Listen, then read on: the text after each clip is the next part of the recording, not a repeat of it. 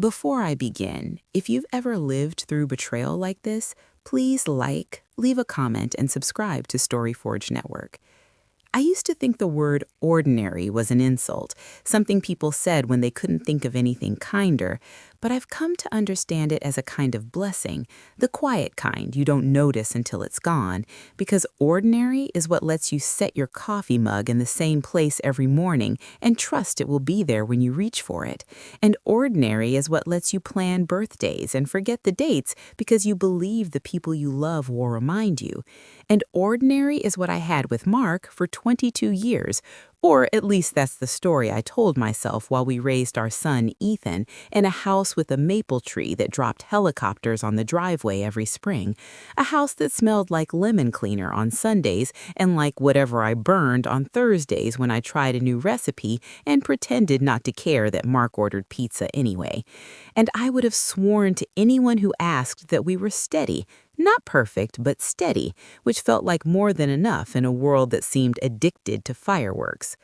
My name is Lila, and I am not someone who snoops, not because I'm better than that, but because I'm tired by the time evening comes and I've spent my day balancing spreadsheets at the clinic and my night balancing conversations that don't quite land where I want them to, and the habit of trust becomes a kind of muscle memory. So when Mark started traveling more for work last year, I adjusted the calendar and cooked smaller dinners and learned to sleep with the window open because the bed felt too wide otherwise. And when Ethan started staying late at the auto shop where he apprenticed, I told myself it was good for him to be busy, that it meant he was finding his footing, that he was 20 and that the world was finally opening to him the way it should. And I did not ask too many questions because ordinary teaches you not to. The first crack came on a Wednesday that smelled like rain but never quite delivered it, when I got a call from a woman whose voice sounded like it had learned to be careful, the way you speak when you're reading a script you didn't write. And she said, "Hello, is this Mrs. Carter?" And I said yes, because it was. And she said, "This is the Lakeshore Hotel. We're confirming your reservation from last night, and there seems to be an issue with the card on file." And for a second, I waited for the rest of the sentence, the punchline, the correction, the part where she realized she had the wrong number, because I had not been to the Lakeshore Hotel since Mark and I stayed there on our 10th anniversary and laughed about the wallpaper. And I told her that, gently, because she sounded young. And she said, "Ma'am, the reservation is under your name, Lila Carter, and your husband checked in with a guest." And the word guest was too clean for what my mind did with it. And I remember the hum of the refrigerator getting loud, like it was trying to cover the sound of my own heartbeat. And I remember saying, "That's not possible," because it wasn't, and because it was the only sentence my mouth could find. She apologized again, said she would cancel the confirmation, and hung up. And I stood there with my phone in my hand like it was a small animal that might bite me. And I told myself there was a mix-up, that names get crossed and numbers get typed wrong, and that the world is mostly mistakes that resolve themselves if you give them an afternoon. I went to work, I checked charts, I smiled at Mrs. Donnelly when she told me about her new grandbaby, and I did not tell anyone because ordinary had taught me that panic is impolite and that suspicion is a kind of stain you don't want to track through your own house. But when Mark came home 2 days later with a gift bag that held a candle that smelled like cedar and a small box of chocolates I didn't particularly like, I watched his hands while he talked, watched how he set his keys down a little too carefully, watched how he kissed my cheek and asked about my week, and I thought about how often I had mistaken familiarity for proof. That night, I lay awake and counted the spaces between his breaths, and in the morning I did something I had never done before, which was open the drawer where he kept old receipts, because I told myself I was only looking for the warranty for the blender, and I told myself that lie the way you do, softly and with good posture, and there it was, folded small, the Lakeshore logo like a lighthouse on a dark piece of paper, and my name printed cleanly at the top, and a second name beneath it, a woman's name I did not recognize, and a date that made my stomach do a small, quiet thing like a stone dropping into water. I sat on the edge of the bed and held that paper until it felt warm, as if it could absorb my heat and become something else.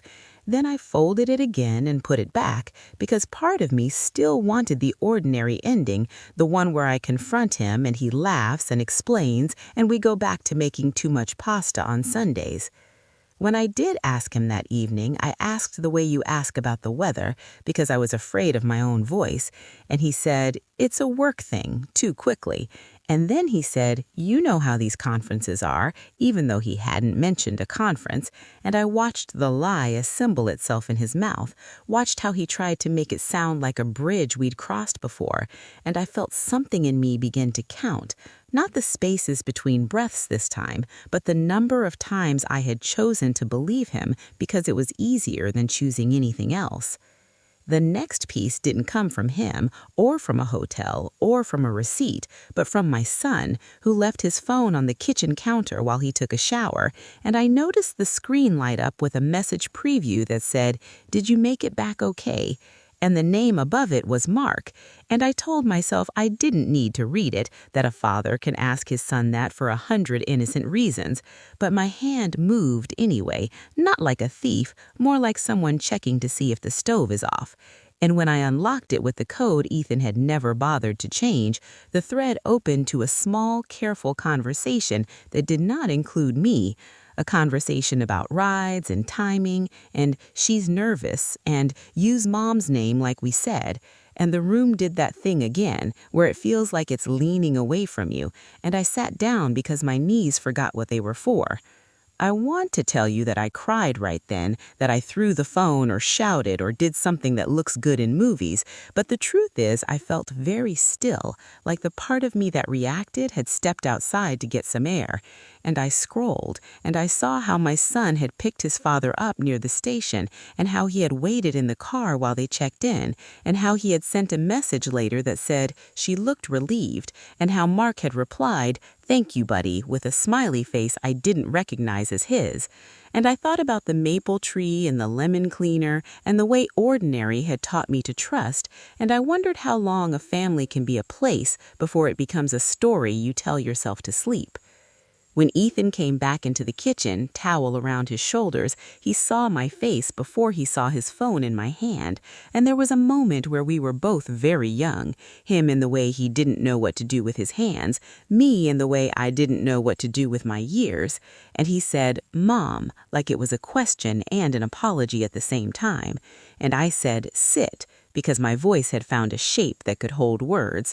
And he sat, and I asked him who she was, and he said he didn't know her well, and I asked him why he had used my name, and he said Dad said it would make things easier, and I asked him easier for whom, and he looked at the table like it had answers, and he said he didn't want to be in the middle, and I told him that the middle is a place you choose by pretending you didn't, and that seemed unfair even as I said it, because he is my child and not my equal, but fairness felt like something that had left the room earlier.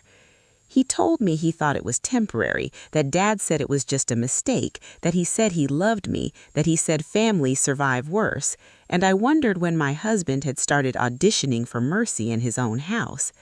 That night I did cry, but quietly, because old habits die like that, and I slept on the couch and counted the streetlights through the window, and I thought about the name on that receipt and the way it had felt to see my own letters turned into a key for a door I had not chosen.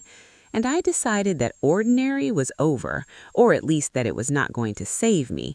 And in the morning, when Mark kissed me on the forehead like he always did before work, I did not stop him, because sometimes you need to see a thing in the light before you decide what to do with it. And I watched him leave, and I picked up my purse, and I drove toward the lakeshore, not because I knew what I would say, but because the road there had always curved like a question, and I was tired of pretending I didn't hear it. The lakeshore looked the same as it always had, which felt like an insult, the way a place keeps its posture when your life is bending. And I parked where Mark used to complain about the shade because of bird droppings, and walked in with my hands full of a calm I did not recognize as mine. The lobby smelled like lemon polish and old carpet, a cousin to my Sundays, And I remember thinking how unoriginal betrayal is, how it borrows the furniture of your life and pretends it's new. The desk clerk was not the woman who had called, but a man with kind eyes who asked how he could help. And for a moment, I almost told him the truth, like you tell a doctor where it hurts. But I said my name instead, and he typed, and his face did that careful thing again. And he said, "I see your reservation from last week." And I said, "Yes, I do too." And he didn't smile because he understood more than his job required. He offered to print the folio, and when he slid it across the counter, my name was there again, crisp and obedient, and beneath it the other name and the room number, and I felt the world narrow to a list of facts that did not care about my history. I asked if the guest had left anything behind, because I was not brave yet, and he said there was a scarf in Lost and Found, and I said thank you like I was being handed a glass of water, and when he brought it, it was light and blue and smelled like a stranger's shampoo, and I held it and wondered if this was what my life would be reduced to, objects with stories I didn't get to tell. I did not go up to the room. I don't know why, except that some doors are loud even when they're closed, and I wasn't ready for that kind of noise. Instead, I sat in my car and called Mark, and when he didn't answer, I called again, and when he finally did, his voice had that practiced warmth, and I said, "I'm at the lakeshore," and there was a pause long enough to rearrange furniture in, and he said, "Lila," like he was about to ask me not to be a storm, and I said, "Don't," because my voice had learned a new word. And I said, "We need to talk." And he said, "I can come home." And I said, "I am home." And that was true in a way that surprised me. We met in the kitchen because that is where we always met, like our arguments needed witnesses that were made of counters and chairs, and he stood there with his hands in his pockets and told me it wasn't what it looked like, which is a sentence that tries to be a bridge but usually ends up a moat. And I asked him whose name he used, and he said mine, and I asked him why, and he said it was a mistake, and I asked him whose mistake, and he said his, and then he said Ethan's, and I felt something go cold and precise inside me, like a clock deciding to keep time. He told me the woman was named Mara, that he met her at a conference that he had not mentioned because it was boring and he didn't want to worry me, that she was young but not that young, as if numbers could rescue him, that it had been a few months and he was going to end it, that he had already ended it, that he loved me, that families survive worse, and I listened the way you listen to a language you used to speak, catching the familiar shapes and missing the point. When I asked him how Ethan got involved, he said he needed a ride because his car was in the shop, and Ethan was nearby, and it was just that, just a favor. And then he said he might have asked Ethan to use my name because the hotel had some policy, and he didn't want to complicate things. And I said, "You complicated them." And he said, "I know." And then he said, "I was trying to protect you," and I laughed, a sound that felt like breaking a glass in the sink. Protecting is a word that likes to wear disguises, and it is very good at stealing coats that don't belong to it.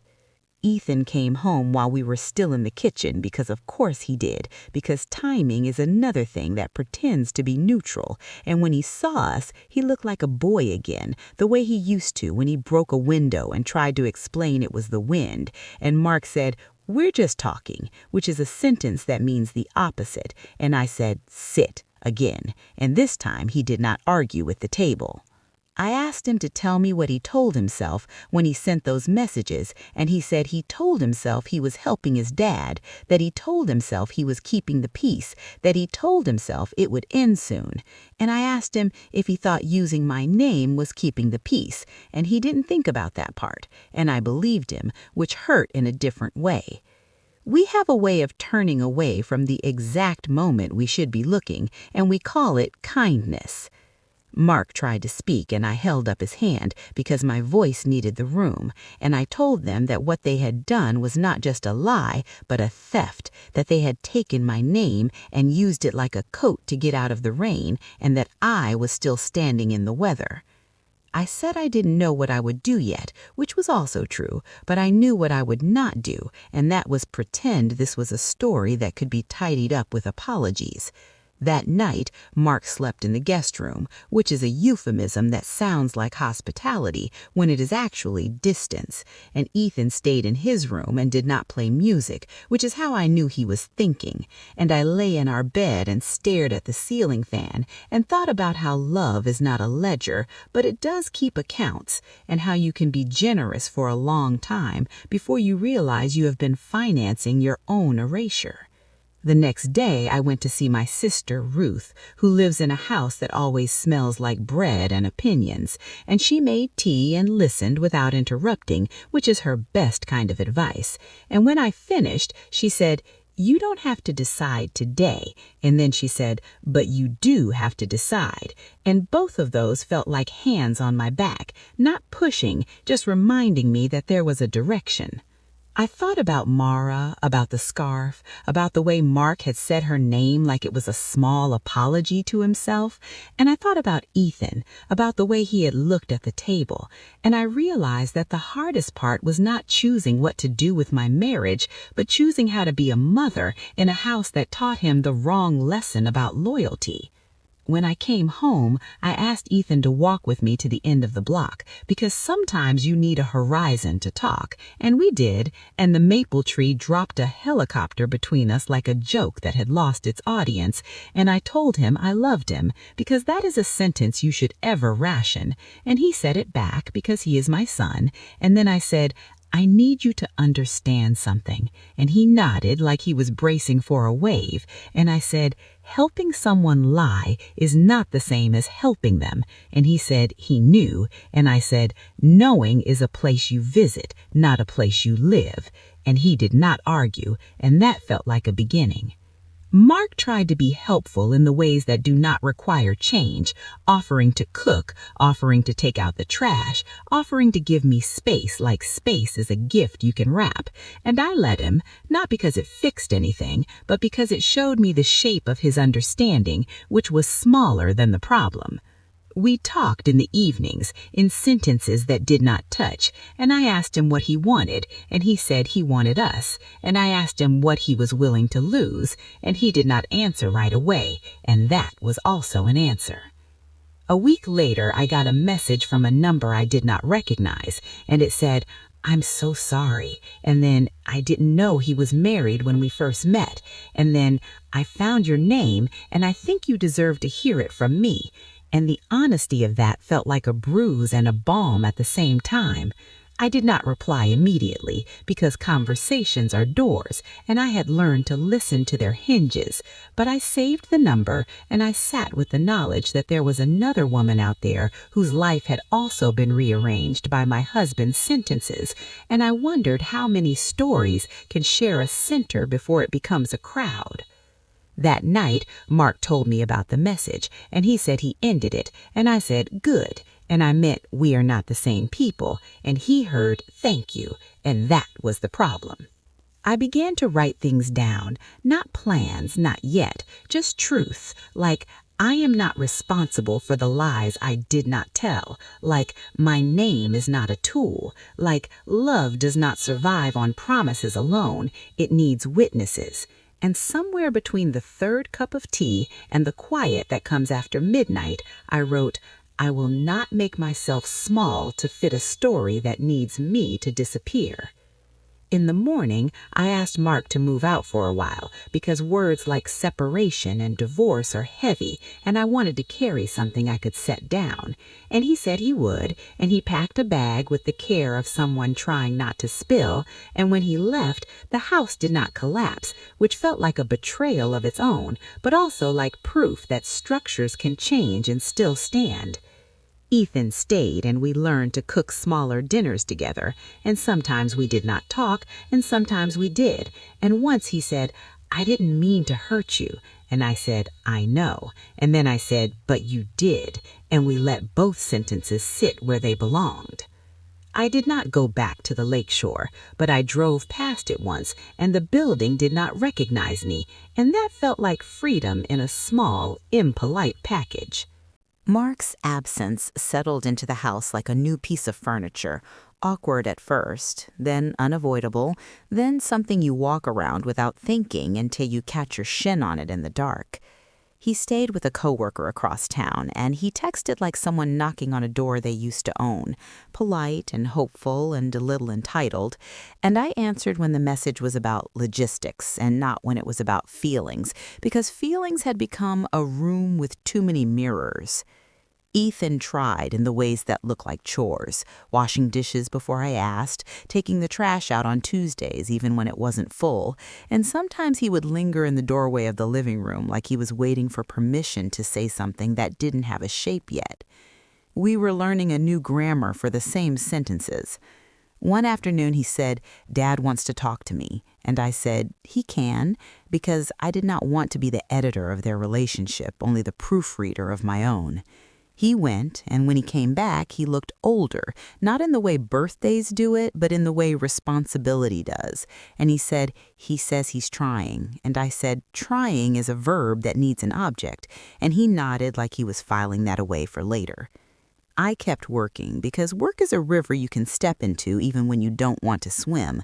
And at the clinic, Mrs. Donnelly brought pictures of the baby, and I said the right things, and the right things felt like a costume that still fit. And at lunch, I wrote more truths in a small notebook, like forgiveness is not a shortcut, like boundaries are not punishments, they are fences you build so your garden can grow. And then one day the unknown number texted again, and this time it said, "I'm not asking you to forgive me, I just want to answer any questions you have." And I stared at the screen like it might blink, and I thought about how often we imagine the other woman as a silhouette, a rumor with hair, when in fact she is a person who wakes up and goes to work and probably hates a few songs on the radio just like I do. And I wrote back, "Thank you, I have questions." And we agreed to meet at a cafe that smelled like burned espresso and ambition. Mara was smaller than I expected, not in a way that matters, but in the way expectations are often wrong, and she wore the blue scarf from the Lost and Found, which felt like a sentence I did not need to finish. We sat, and we both wrapped our hands around cups we did not drink from, and she said she was sorry again, and I said, "I know," because I did. Then I asked her when she learned he was married, and she told me, and I asked her why she stayed, and she told me, and the answers were not interesting, which is to say they were human, full of hope and half choices, and the kind of optimism that is really just hunger wearing good shoes. She said he told her we were distant, that he said we were separating, that he said he didn't want to hurt me, and I thought about how often men use tenderness like a library card to borrow credibility. And I asked her about my name, and she said he told her it was for privacy, that he said it would keep things simple, and I said, "Simple for whom?" And she looked down at the table like my son had, and I felt a strange, quiet echo move through me, and I realized that this story had taught the same lesson to different students. We did not become friends, and we did not become enemies, and that felt like an honest outcome. When I left, the air felt colder in a way that wakes you up. Mark asked me that night if I had met her because secrets are loud, and I said yes, and he asked what she said, and I said enough, and then I said too much, and he said I'm trying, and I said I know, and then I said trying is not the same as changing, and he looked like someone who had been given a map without a legend. Weeks went by, and the maple tree shed its helicopters, then its leaves, and the house learned new sounds, the quiet kind that are not empty, just different. Ethan and I cooked, and sometimes we burned things on purpose because it was easier to laugh at smoke than at history. And sometimes he asked me if I was okay, and I told him the truth, which is that okay is a horizon you walk toward, and sometimes it moves. Mark asked me if we could go to counseling, and I said yes, because no is a door that closes, and yes is a room where you can see what's in it. And we sat in chairs that did not belong to us and said sentences that had been waiting their turn. And the counselor asked questions that felt like mirrors you could not turn from. And Mark said he was sorry, and I believed he was. And then I said sorry is not a bridge, it is a sign, and bridges take wood and time and someone willing to get their hands wet. He said he would do whatever it took, and I said, start by telling the truth even when it makes you look small, and he nodded, and I did not know if nods could carry weight, but I was tired of pretending they could not. At home, Ethan started staying later again, not at the shop, but at the library, studying for a certification he said he wanted, and I believed him because this time he showed me the books, and trust is a practice, not a prize. One evening he said, "I'm scared you'll leave," and I said, "I might, because children deserve honesty too." And then I said, "But I'm not leaving you," and he let that sentence sit where it could do some good. The day Mark came to pick up more of his things, he stood in the doorway and looked at the house like it was a photograph he had been in once, and he said, "Do you think we can fix this?" And I said, "I think we can tell the truth about it," and that felt like a beginning that did not pretend to be an ending. I kept writing, and one night I wrote, "If I stay, it will not be because I am afraid to leave. If I leave, it will not be because I am afraid to stay." The words felt like rails you could put a train on, even if you did not yet know the destination. And somewhere in the quiet, I realized that the worst part was not that my husband had chosen someone else for a while, but that he taught our son that names are negotiable, and that fixing that would take more than apologies. It would take a life lived out loud. Mark's absence settled into the house like a new piece of furniture, awkward at first, then unavoidable, then something you walk around without thinking until you catch your shin on it in the dark.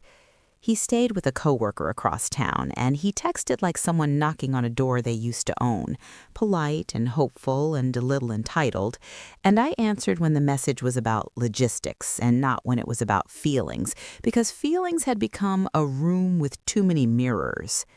Ethan tried in the ways that look like chores, washing dishes before I asked, taking the trash out on Tuesdays even when it wasn't full, and sometimes he would linger in the doorway of the living room like he was waiting for permission to say something that didn't have a shape yet. We were learning a new grammar for the same sentences. One afternoon he said, "Dad wants to talk to me," and I said, "He can," because I did not want to be the editor of their relationship, only the proofreader of my own. He went, and when he came back, he looked older, not in the way birthdays do it, but in the way responsibility does. And he said, "He says he's trying." And I said, "Trying is a verb that needs an object." And he nodded like he was filing that away for later. I kept working because work is a river you can step into even when you don't want to swim. And at the clinic, Mrs. Donnelly brought pictures of the baby, and I said the right things, and the right things felt like a costume that still fit. And at lunch, I wrote more truths in a small notebook, like forgiveness is not a shortcut, like boundaries are not punishments, they are fences you build so your garden can grow. And then one day the unknown number texted again, and this time it said, "I'm not asking you to forgive me, I just want to answer any questions you have." And I stared at the screen like it might blink, and I thought about how often we imagine the other woman as a silhouette, a rumor with hair, when in fact she is a person who wakes up and goes to work and probably hates a few songs on the radio just like I do. And I wrote back, "Thank you, I have questions." And we agreed to meet at a cafe that smelled like burned espresso and ambition. Mara was smaller than I expected, not in a way that matters, but in the way expectations are often wrong, and she wore the blue scarf from the Lost and Found, which felt like a sentence I did not need to finish. We sat, and we both wrapped our hands around cups we did not drink from, and she said she was sorry again, and I said, "I know," because I did. Then I asked her when she learned he was married, and she told me, and I asked her why she stayed, and she told me, and the answers were not interesting, which is to say they were human, full of hope and half choices, and the kind of optimism that is really just hunger wearing good shoes. She said he told her we were distant, that he said we were separating, that he said he didn't want to hurt me, and I thought about how often men use tenderness like a library card to borrow credibility. And I asked her about my name, and she said he told her it was for privacy, that he said it would keep things simple, and I said, "Simple for whom?" And she looked down at the table like my son had, and I felt a strange, quiet echo move through me, and I realized that this story had taught the same lesson to different students. We did not become friends, and we did not become enemies, and that felt like an honest outcome. When I left, the air felt colder in a way that wakes you up.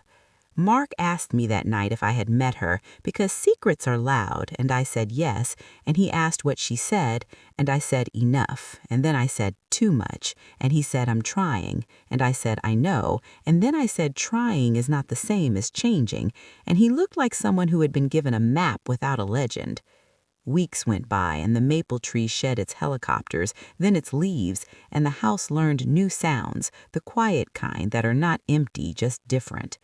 Ethan and I cooked, and sometimes we burned things on purpose because it was easier to laugh at smoke than at history.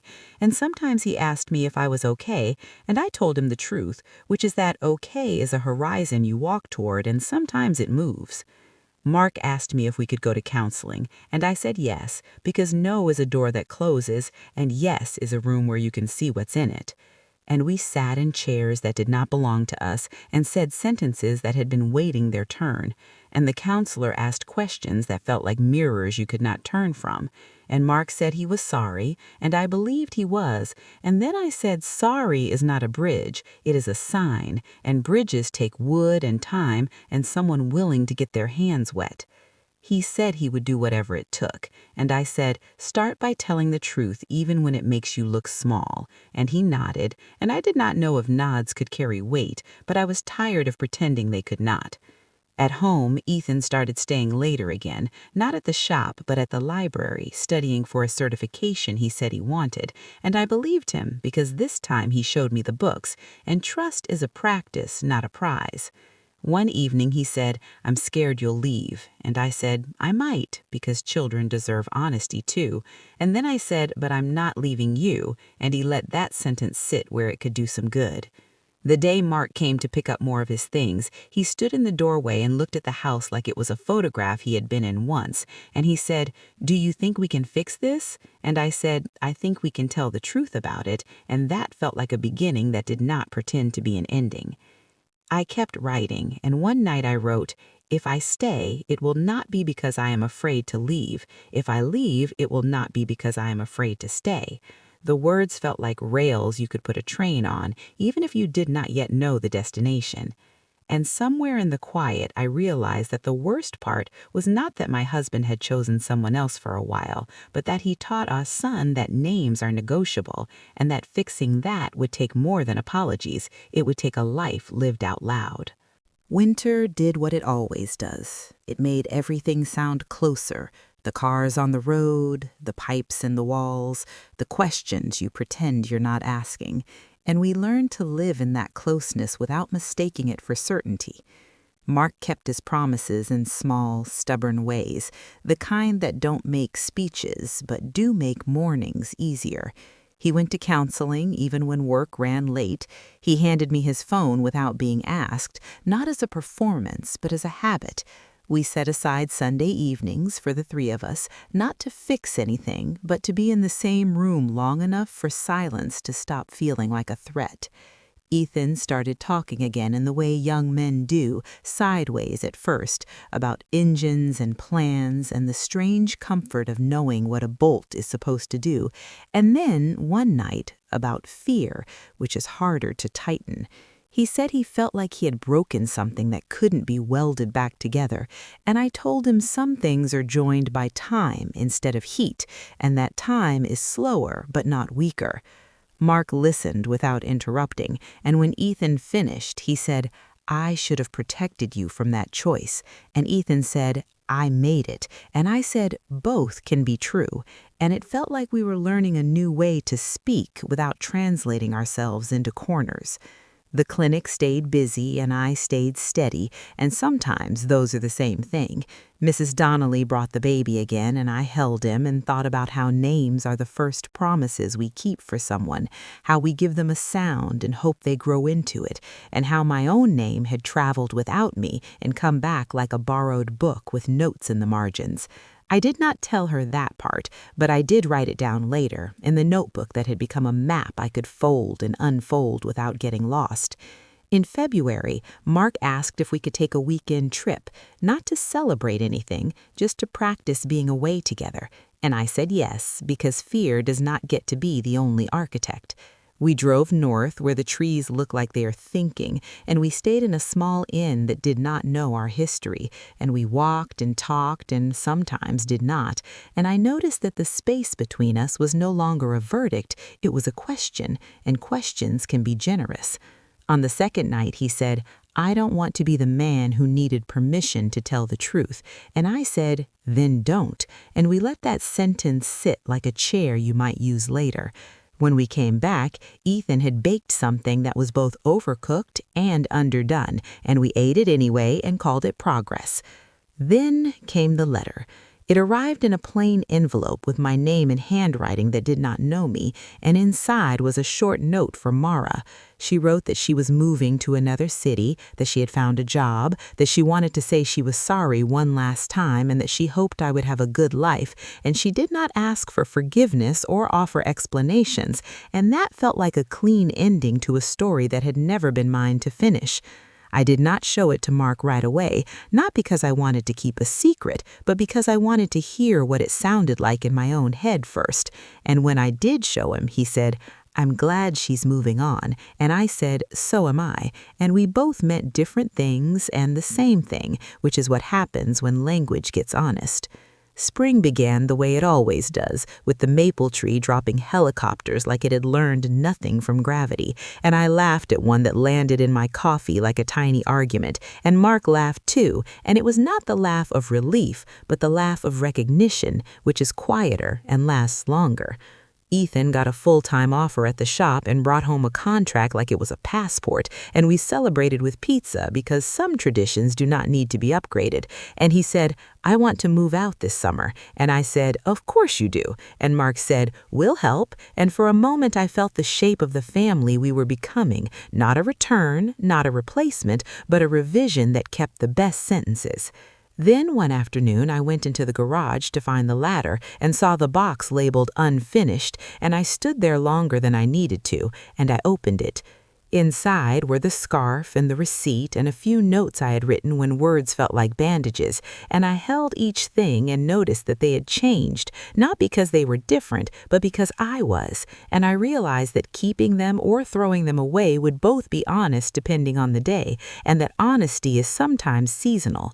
I took the scarf out and drove to a donation center and left it there without a speech, and I kept the receipt and the notes and put them back in the box, and I changed the label to archive because some things are not wounds anymore, they are records. That night I told Mark what I had done, and he said, "Thank you for telling me," and I said, "Thank you for listening," and we both understood that gratitude is not a currency you spend once. In May, Ethan found an apartment with a friend and started packing like he was afraid the boxes would run away, and we helped him and pretended not to notice how quickly rooms become outlines.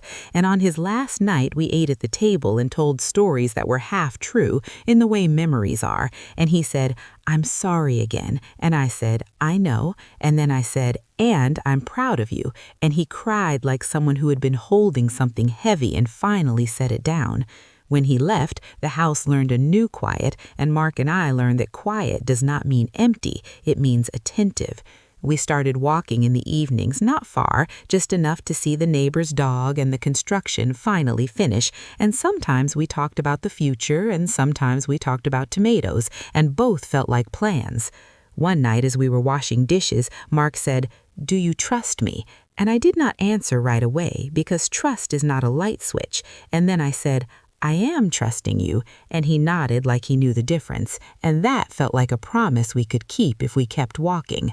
In June, we went to a small family wedding, and someone asked how long we'd been married, and I said 23 years, and Mark said, "And counting," and we both laughed, not because numbers are funny, but because counting is a choice.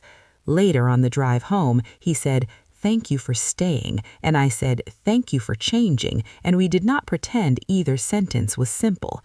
I still write in the notebook, though the truths have changed their clothes. Now they say things like, "Love is not a guarantee, it is a practice." And sometimes on quiet mornings I write, "Ordinary is a blessing you rebuild." Summer has a way of making promises sound casual, like you can keep them in your pocket with your keys, and we let ourselves believe that the light meant something permanent. Mark and I painted the back fence, not because it needed it, but because it gave our hands something to do while our minds practiced being in the same room without rehearsing old arguments. The paint was the wrong shade of white, and we laughed about it, and that laugh felt like a hinge that didn't squeak. Ethan came by on Sundays with laundry and stories, and we pretended we didn't notice how he had started to talk like someone who has discovered that the world is both larger and less impressed than he expected. He told us about his roommate and the way their schedules never quite overlapped, and I thought about how independence is often a duet you sing alone. One afternoon, as we were walking, Mark said, "I'm scared I'll get comfortable and forget." And I said, "Then don't get comfortable." And he said, "I don't mean that." And I said, "I know." And we kept walking, because sometimes conversations are roads, and sometimes they are weather. At the clinic, a new nurse started, and she asked me if I had always been this calm, and I told her calm is something you practice like scales. And she laughed like she thought I was joking, and I let her, because you don't get extra points for being understood before your time. The notebook filled up with small observations like, repair is not linear. It is a spiral that sometimes looks like a circle until you notice you're higher. And the opposite of secrecy is not exposure, it is consent. Mark began to travel again for work, carefully, with itineraries and check-ins that were not performances but habits, and I noticed that the space he left behind did not echo the way it used to, which felt like progress that did not need applause. In August, the neighbor's dog learned to open our gate, and we learned to laugh when we chased him, and laughter is a good rehearsal for grace. Then, on a Tuesday that felt like any other, I got a call from the lakeshore. It was not the same clerk, and it was not about a reservation, but the name on the screen was the same, and my hand remembered what my head wanted to forget. I let it ring once, twice, and then I answered, and the woman said, "Miss Carter, we're calling to let you know your rewards points are about to expire." And I almost laughed, because the world has a strange sense of timing. And I said, "Thank you," and I hung up, and I sat at the kitchen table and noticed how my heart had not tried to run away. When Mark came home, I told him about the call, and he said, "Do you want me to handle that?" And I said, "No, I will." And the fact that he did not argue felt like another plank in a bridge. I closed the account the next day, and when the email confirmation arrived, I did not save it, and I did not delete it right away, and then I did, and that felt like closing a window you no longer need open. We went to a small concert in the park, and the music was not great, and the chairs were uncomfortable, and we stayed anyway, and I realized that staying is sometimes just choosing not to leave. Ethan called one night and said he had a flat tire, and Mark went to help him, and I stayed home and made soup. And when they came back laughing about how the spare was more stubborn than it looked, I felt a quiet gratitude for a story that did not have a shadow in it. In September, the counselor asked us to write letters we might never send, one to each other and one to ourselves, and I wrote to Mark about the day my name was borrowed and the way it had felt like a draft in my chest, and I wrote to myself about the way I had learned to stand without applause, and I did not read either out loud, and that was part of the assignment too. Mark wrote his and said only, "I don't want to be the man I was when I thought shortcuts were roads." And I said, "Then keep walking," and we left it there, because sometimes restraint is a form of respect. The maple tree began to drop leaves again, and the cycle felt less like a warning and more like a sentence you could finish without fear. One evening, while we were cleaning the garage, Mark found the box labeled Archive, and he did not open it, and he asked, "Do you want me to?" And I said, "No." And he said, "Okay." And we kept sorting screws, and I noticed how that small exchange had held more trust than 1,000 reassurances. Ethan came for dinner and told us he had been offered a lead position on a project at the shop, and he was nervous in the way people are when they realize responsibility is not a costume. And Mark said, "You'll do fine." And I said, "And you'll ask for help when you don't." And Ethan smiled like someone who had been given a map and a compass. Later, as we washed dishes, Mark said, "I'm proud of him." And I said, "Me too." And then I said, "And I'm proud of us." And he looked at me like he was surprised and not, and that felt like a sentence that could live in a house. In October, we took a weekend to visit Ruth, and she made bread and opinions as usual, and she pulled me aside and said, "You look lighter." And I said, "I'm carrying different things." And she said, "Good." And then she said, "If you ever need a place." And I said, "I know." And that felt like a safety net that does not try to catch you before you fall.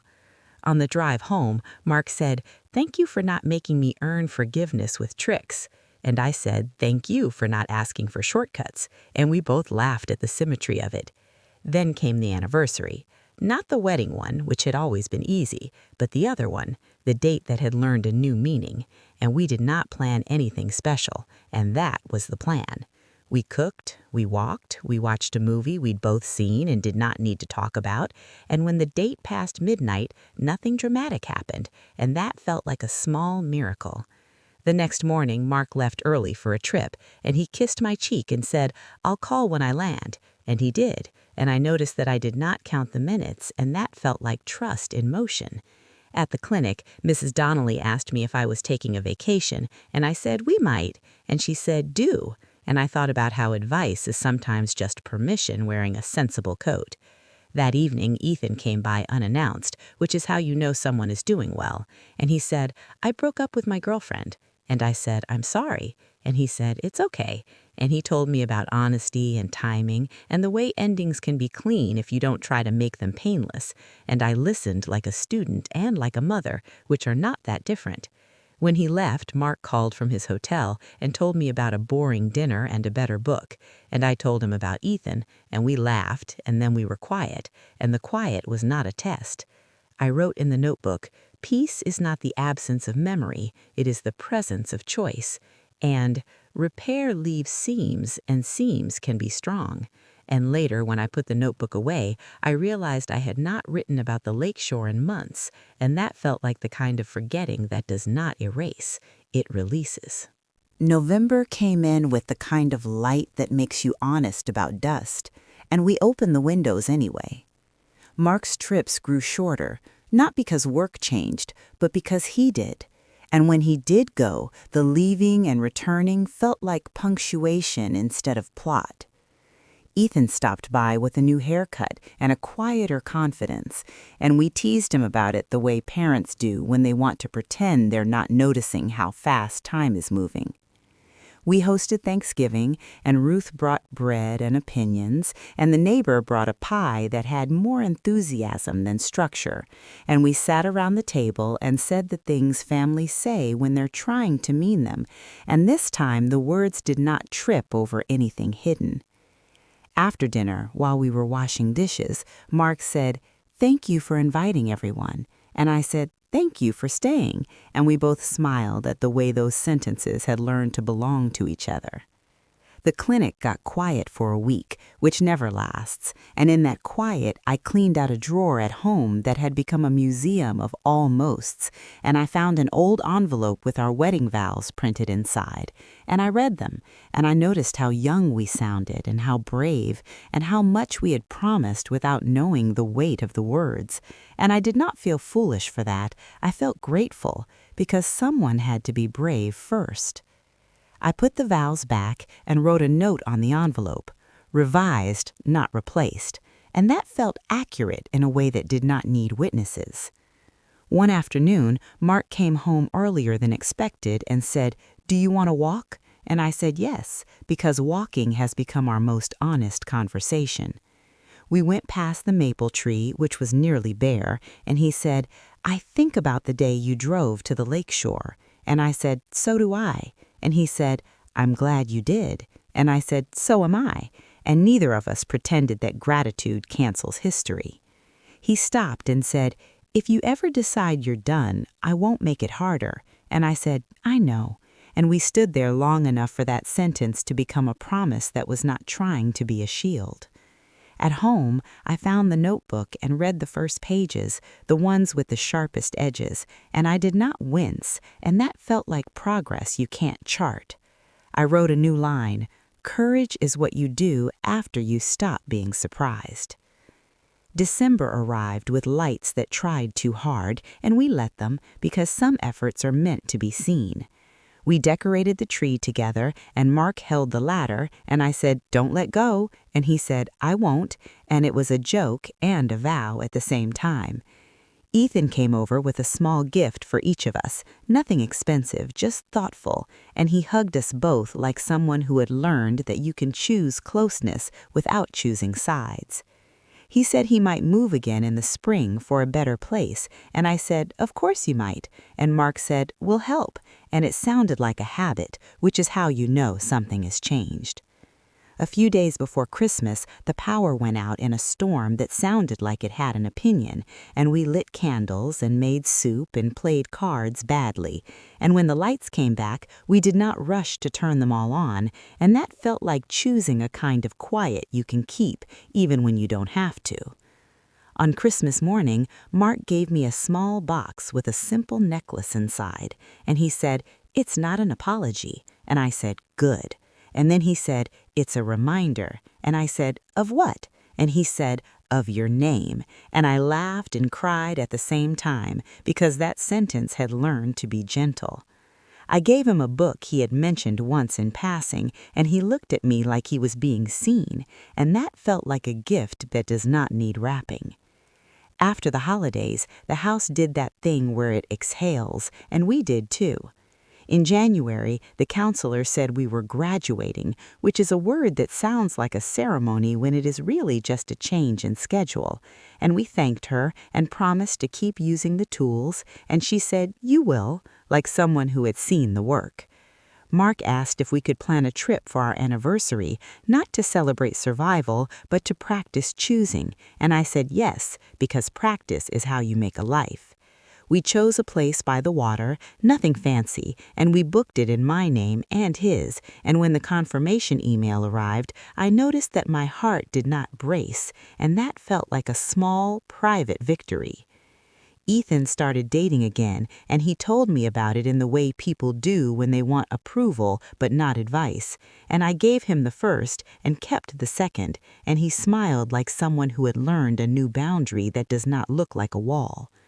At the clinic, a patient told me her husband had lied to her and she did not know what to do, and I did not give her a speech. I gave her a chair and a glass of water and a sentence that said, "You don't have to decide today, but you do have to decide." And I heard my sister's voice in my own, and I felt the circle close without closing. One evening, Mark and I were sorting old photos, and we found one from our 10th anniversary at the lakeshore, and we looked at it, and we did not wince, and we did not laugh, and we did not throw it away, and that felt like a kind of peace that does not announce itself. He said, "Do you want to keep it?" And I said, "Yes." And then I said, "And we'll make new ones." And he said, "We are." And that felt like a sentence that had already started. In March, the maple tree began its small, noisy miracles again, and one landed on Mark's shoulder like a benediction, and he brushed it off and said, "Still doing that?" And I said, "So are we," and we both laughed, and the laugh had room in it. Ethan came over with paint samples for his new place and asked our opinion, and we gave it like people who know their role has changed but not ended.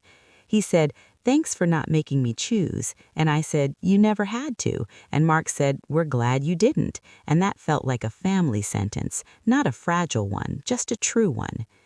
As spring settled, I noticed that I had stopped measuring time from the day everything broke and started measuring it by ordinary things again, like the first tomatoes at the market and the way the light falls on the kitchen table in the afternoon, and I realized ordinary had come back, not as a promise, but as a practice. One night, as we were getting ready for bed, Mark said, "I know I don't get a medal for doing what I should have done." And I said, "No." And then I said, "But you do get a life." And he nodded like someone who had finally read the right sign. I wrote in the notebook, "The opposite of betrayal is not perfection, it is participation." And "You can rebuild without pretending the fire was a breeze."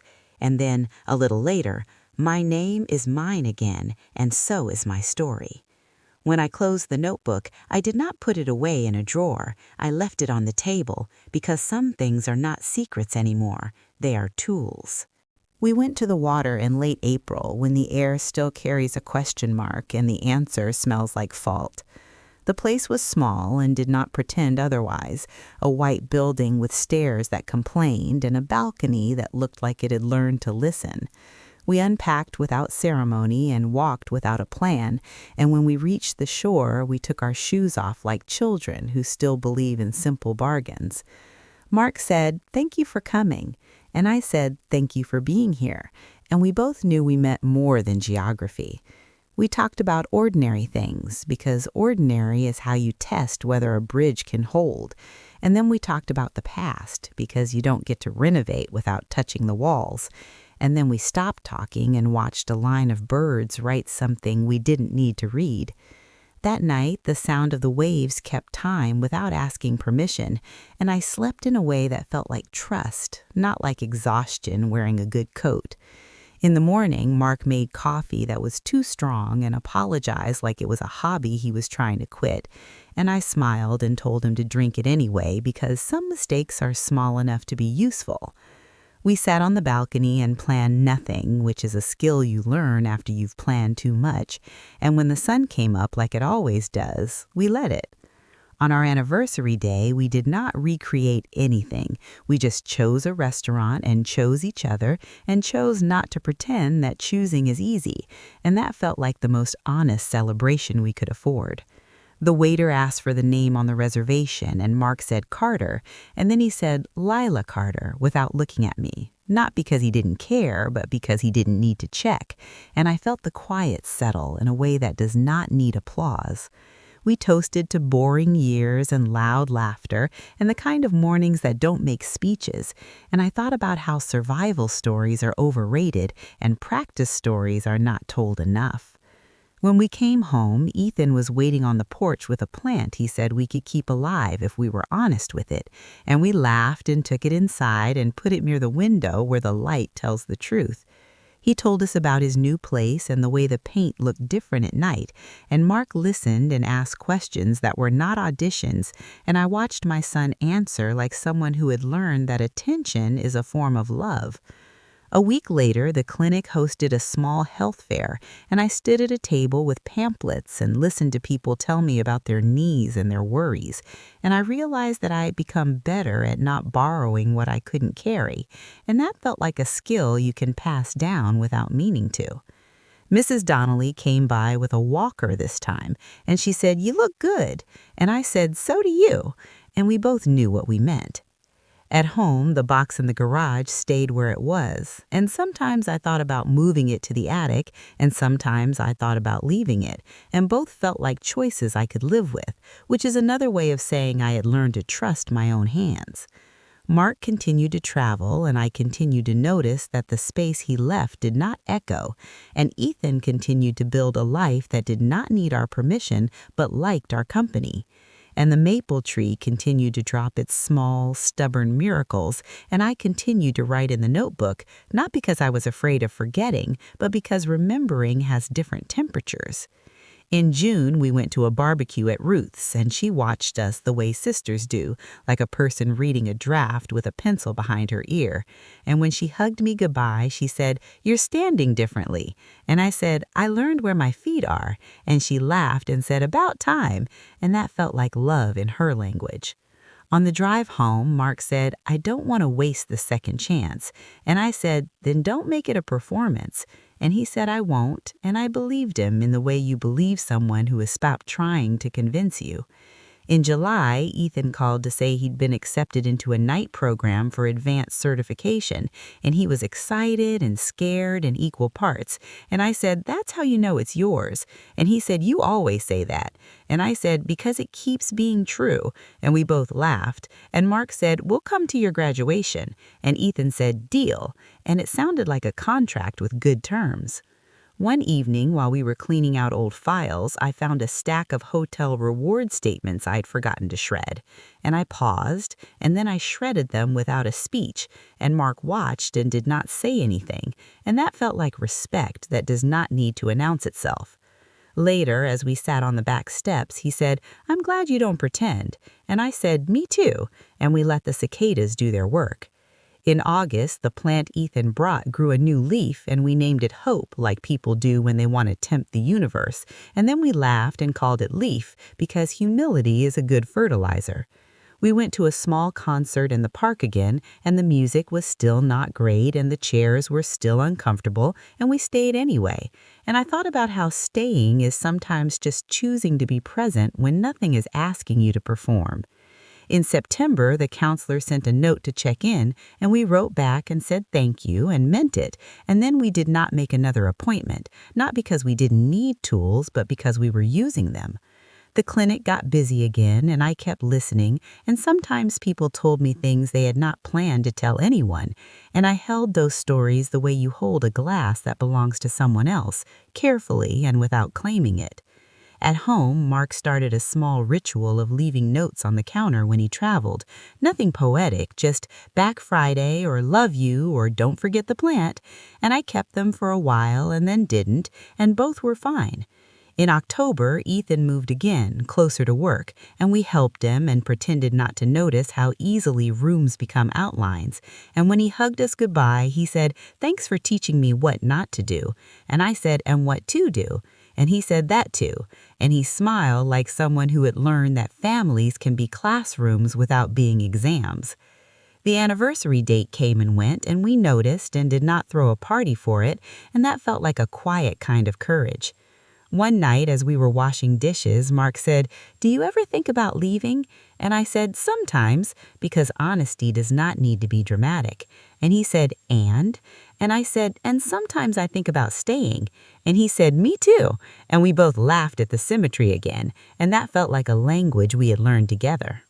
In November, we hosted Thanksgiving again, and Ruth brought bread and opinions, and the neighbor brought a pie that was better this time, and Ethan brought a friend, and we set an extra place without a speech, and we ate and talked and argued about movies, and when someone asked how long we'd been married, Mark said 24 years, and then he looked at me and said, "And counting," and I said, "We're practicing," and everyone laughed like it was a joke, and it was, and it wasn't.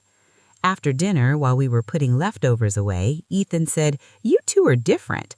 And I said, "So are you." And he said, "Good." And that felt like a benediction in his voice. In December, the lights tried too hard again, and we let them, and we decorated the tree, and Mark held the ladder, and I said, "Don't let go." And he said, "I won't." And it was still a joke and still a vow. On Christmas morning, he did not give me a necklace, and I didn't need one, and we exchanged books and notes and a look that said we were here, and that was enough. After the holidays, I found the notebook and realized it was nearly full, and I did not rush to buy a new one because some chapters end by becoming shelves. I wrote one last line on the final page. "Ordinary is a blessing you choose again." And then I closed it and left it on the table because tools should be where you can reach them. On a quiet morning in early spring, the phone rang, and for a moment my hand remembered a different call, and then it relaxed, and when I answered, it was Ethan, asking if we wanted to come see his new place and help him hang shelves, and I said, "Of course," and Mark said, "We'll bring a level," and we laughed because nothing teaches you humility like trying to make something straight. On the drive there, I watched the light move across the dashboard and thought about how my name had traveled and come back, and how it had never stopped being mine even when someone else tried to borrow it, and how families can teach the wrong lessons and then learn better ones if they stay in the room. When we arrived, Ethan handed us coffee and instructions, and we did our best, and one shelf was a little crooked, and he said, "It's fine," and I said, "It's honest," and he said, "That's better," and I felt a small, quiet pride. Later, as Mark and I walked back to the car, he took my hand without asking, not because he assumed, but because he had learned the difference, and I took it not because I forgot, but because I chose, and we stood there for a moment like two people who know that bridges are not places you live, they are places you keep crossing. If you ask me what the moral is, I will tell you it is not that love conquers all, because that is a story that gets people hurt. I will tell you that truth is not a weapon, it is a tool, and tools work better when you keep them within reach. I will tell you that names matter because they remind us who is responsible. And I will tell you that ordinary is not something you fall back into. It is something you build, plank by plank, with hands that remember and still choose to work.